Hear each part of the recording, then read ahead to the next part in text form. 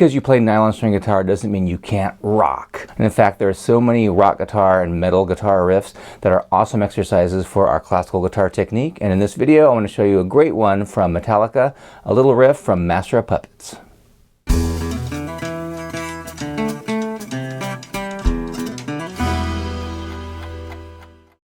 So one of the greatest exercises, I think, for any style of guitar, whether you're using a pick or playing fingerstyle or whatever, is this exercise, which I call the four-finger exercise, because we're using all four fingers of the left hand. You might be using a pick or your fingers, but I'm alternating no matter what. If you're using a pick, you should alternate. And here we're using index and middle restroke, and I'm just using all four fingers. Now this is an awesome exercise that I do every day of my life. This Metallica riff is like that in that we're using all four fingers of the left hand, but we have to cross strings, which is very, very problematic. One of the biggest problems with playing stringed instruments is crossing strings. For the right hand, we can use this riff to work on picado technique, which is index and middle restroke alternation, and we can also play thumb downstrokes, which I'll show you in a second. What's happening as far as string crossing goes is we play 2 times on the 6th string and then 1 time on the 5th string. We want to keep everything totally even. We're going all even 8th notes, going 1 and 2 and 3 and 4 and 1 and like that.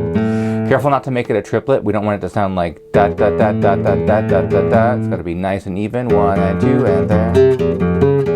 When we get to this B note, the second time around, we're going to actually wait on it for a quarter note. So in the left hand, we're going open E string, then F on the 1st fret, and we just keep doing that as we toggle between these 3 other fingers.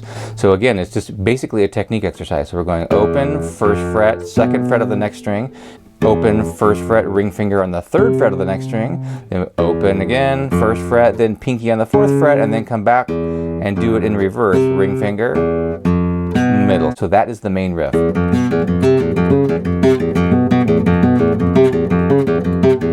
And we can wait right there. Now let's do thumb rest strokes. Now James Hetfield is famous for doing supposedly only downstrokes and playing really fast that way. That's something to really work on with the thumb because we normally only go down, so we have to actually work a little harder to get more speed out of the thumb. So what we're going to try to do here is the same thing in the left hand, of course, and all downstrokes with the thumb.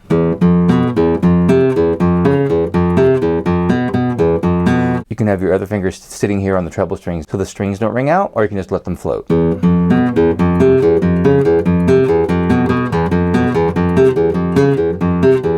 Wait right there.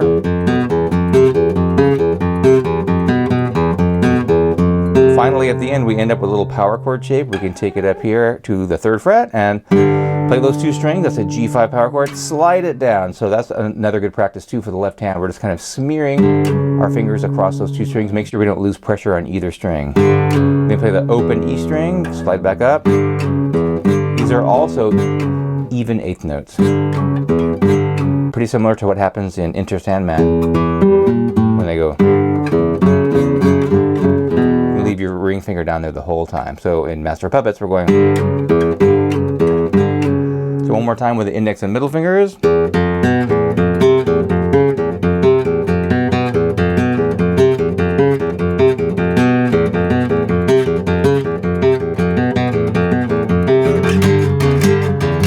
This time I'm using my index as a downstroke on these power chords.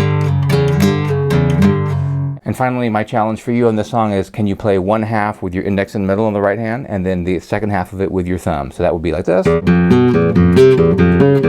Now right here, when we wait on that note, that gives us just a tiny moment to switch over and do thumb rest strokes.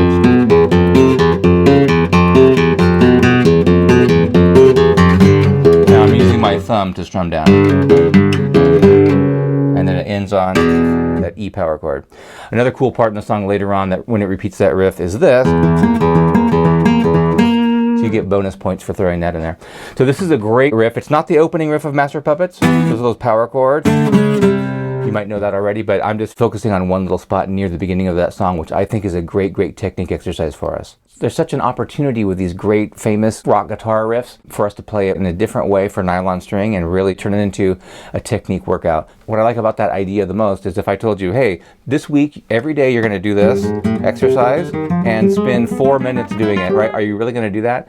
Probably not, because it's not very exciting. But when you play some of these riffs, which are themselves just as good or better than those technique exercises, you can really fool yourself into practicing more. If you like these videos, be sure to like and subscribe, and check out my free nylon string guitar workshop below this video.